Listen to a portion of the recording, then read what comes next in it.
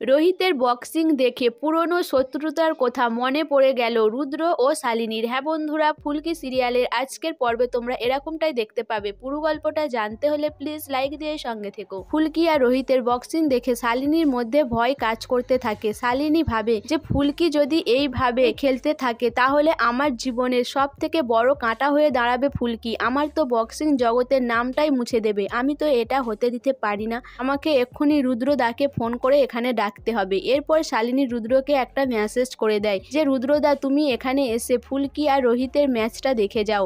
শালিনীর message পেয়ে রুদ্র office থেকে রোহিতের match দেখতে চলে আসে। এদিকে রোহিত ভাবে যে ফুলকি ভালোই পাঞ্চ গুঁড়ো মারতে পারছে, এ পরের লেভেলের খেলাটা ভালো খেলবে, জিততে পারবে। এরপরে ফুলকি ভাবে যে স্যারকে আজকে আমাকে হারাতেই হবে, না হলে স্যারের মানটা থাকবে না, আমাকে আজকে ভালো করে খেলতে হবে। কিন্তু ফুলকির পায়ে জড়িয়ে গিয়ে ফুলকি পড়ে যায়। এরপর রোহিতের পাঞ্চটা ফুলকির গায়ে খুবই জোরে লাগে। ফুলকিকে ধরে তুলে রোহিত বলে, ফুলকি তোমার হবে, তুমি আজকে ভালো খেলেছো, আমি বলছি তুমি পরের ম্যাচটাতে জিতবে। এরপর ফুলকি শালিনীকে বলে যে ম্যাডাম, আজকে আমার ম্যাচটা কেমন দেখলেন? তখন শালিনী বলে যে রোহিতের সাথে খেলে নিজেকে বড় ভেবো না, তুমি কোনো দিনও বক্সিং জগতে নাম করতে পারবে না। এরপর শালিনী ওখান থেকে চলে যায়। রুদ্র রোহিত আর ফুলকির ম্যাচটা দেখে সেও বাড়ি ফিরে যায়। রুদ্র বাড়ি ফিরে গিয়ে তার সাথে ঘটে যাওয়া অতীতের ঘটনাগুলো মনে করতে থাকে। সে ভাবে যদি এইভাবেই রোহিত আবার বক্সিং জগতে ফিরে আসে, সে তো আবার নিজের জায়গাটা তৈরি করে নেবে, তারপরে আবার সে আমার পথের কাঁটা হয়ে দাঁড়াবে, ও তো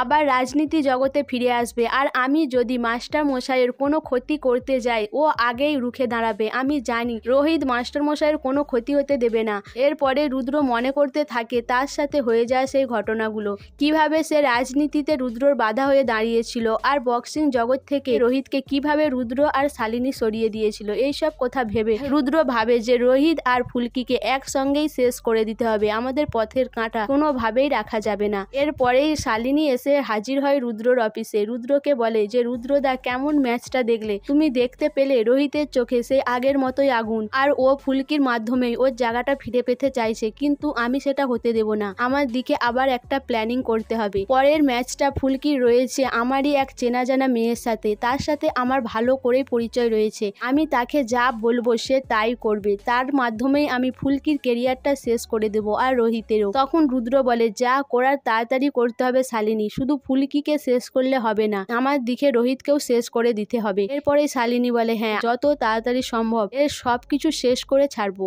এদিকে ফুলকি বাড়িতে আসার পর তার শালিনীর কথাগুলো মনে পড়তে থাকে যে শালিনী দি যদি এত স্যারকে ভালোবেসে থাকে, তাহলে স্যারের ভালো মন্দ কোনটাই ভালো লাগে কোনটাই খারাপ লাগে সেই সব কোনো কিছুই লক্ষ্য রাখে না কেন, সব সময় সে নিজের কথা ভাবে। তাহলে কি আমি ভুল ভাবছি? শালিনী দি কোনোভাবেই কি স্যারকে ভালোবাসে না? আর যদি এটাই হয়, আমি কিন্তু শালিনী দিকে কোনোভাবেই স্যারের ক্ষতি করতে দেব না। তখন লাবু বলে যে ফুলকি, এইসব কথা থাক, কেউ যদি শুনে ফেলে তাহলে আরও এক বিপদ, তুমি তোমার ম্যাচের দিকেই মন দাও।